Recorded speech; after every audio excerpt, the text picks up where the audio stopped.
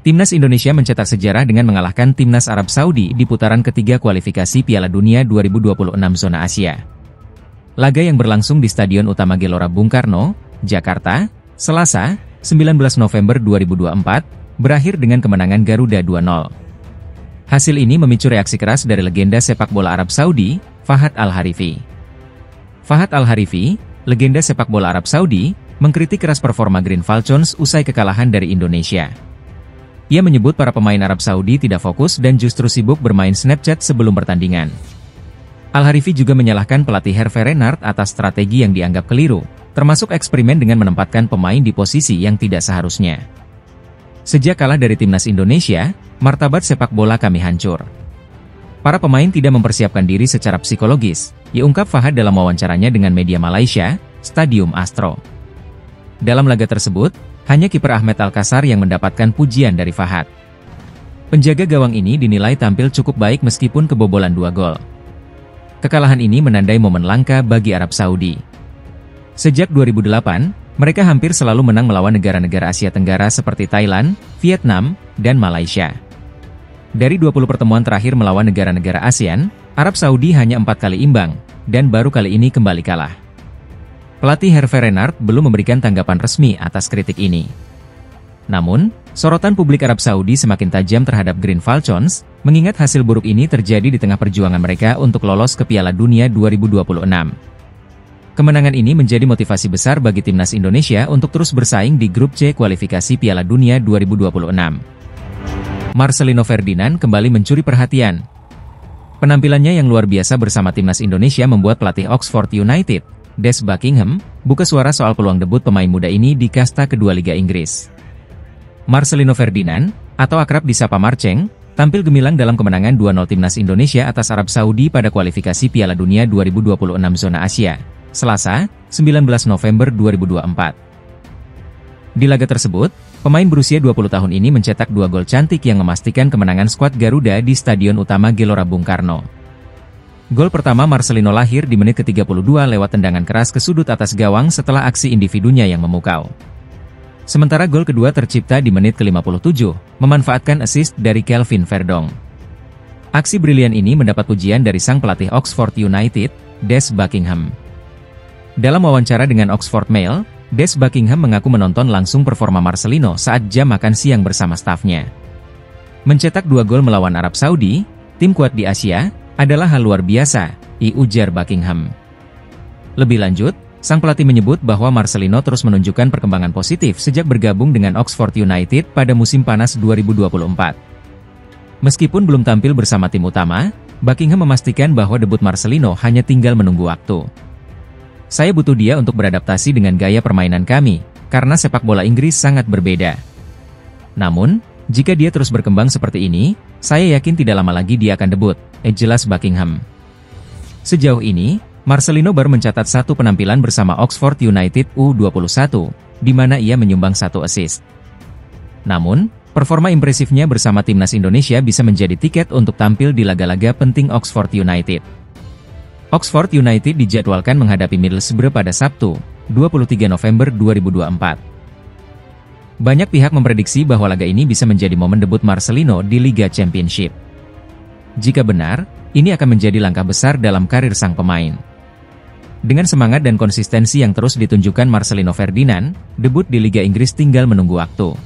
Timnas Indonesia terus menjaga asa menuju Piala Dunia 2026 setelah berhasil menaklukkan Arab Saudi 2-0 di Stadion Utama Gelora Bung Karno, Selasa, 19 November 2024. Kemenangan ini tak hanya mempertebal kepercayaan diri skuad Garuda, tetapi juga membuka peluang besar untuk bersaing di grup C kualifikasi. Kemenangan tersebut membuat Timnas Indonesia kini mengumpulkan 6 poin, sama dengan Arab Saudi, Cina, dan Bahrain. Hanya Australia yang unggul 1 poin di posisi kedua, sementara Jepang memimpin grup dengan 13 poin dan hanya butuh 1 kemenangan lagi untuk memastikan tiket ke Piala Dunia 2026. Ketua Umum PSSI, Erick Thohir, menyebut hasil melawan Arab Saudi menjadi momen krusial. Menurutnya, jika Indonesia kalah dalam laga itu, peluang untuk finish di posisi 2 atau 4 besar akan semakin sulit. Kemenangan melawan Arab Saudi adalah kunci.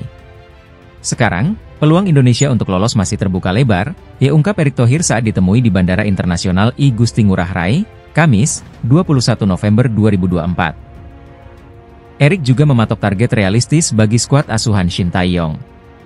Penentuan ada di bulan Maret dan Juni 2025. Targetnya harus 6 poin untuk menjaga peluang lolos, tegasnya. Sebagai bentuk dukungan, Erick menjanjikan bonus tambahan jika timnas mampu meraih 2 kemenangan dari 4 laga tersisa di grup C. Bahkan, ada potensi bonus lebih besar jika Martin Paes dan kolega bisa mengemas 2 kemenangan dan 1 hasil imbang. Sebelumnya, targetnya adalah 12 poin. Kini sudah ada 6 poin. Masih ada peluang besar jika tim mampu memaksimalkan laga kandang melawan Bahrain dan Cina, ditambah Erick.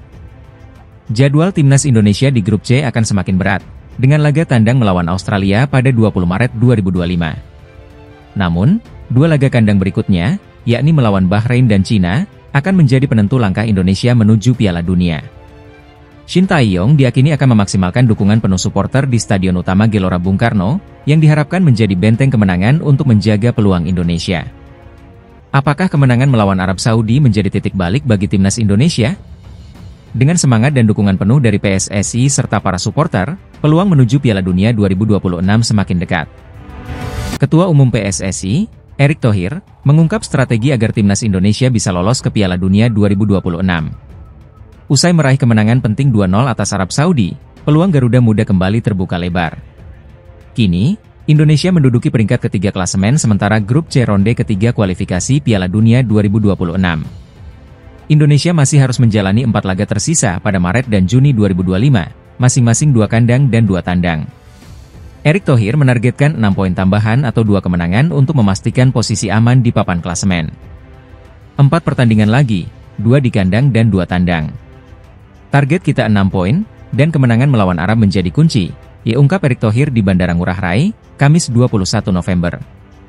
Selain 2 kemenangan, Erick berharap tim asuhan Shin Tae-yong bisa meraih bonus tambahan berupa 1 hasil imbang dari 2 laga tandang. Jika target ini tercapai, Indonesia berpeluang besar mengamankan 12 poin di akhir fase grup.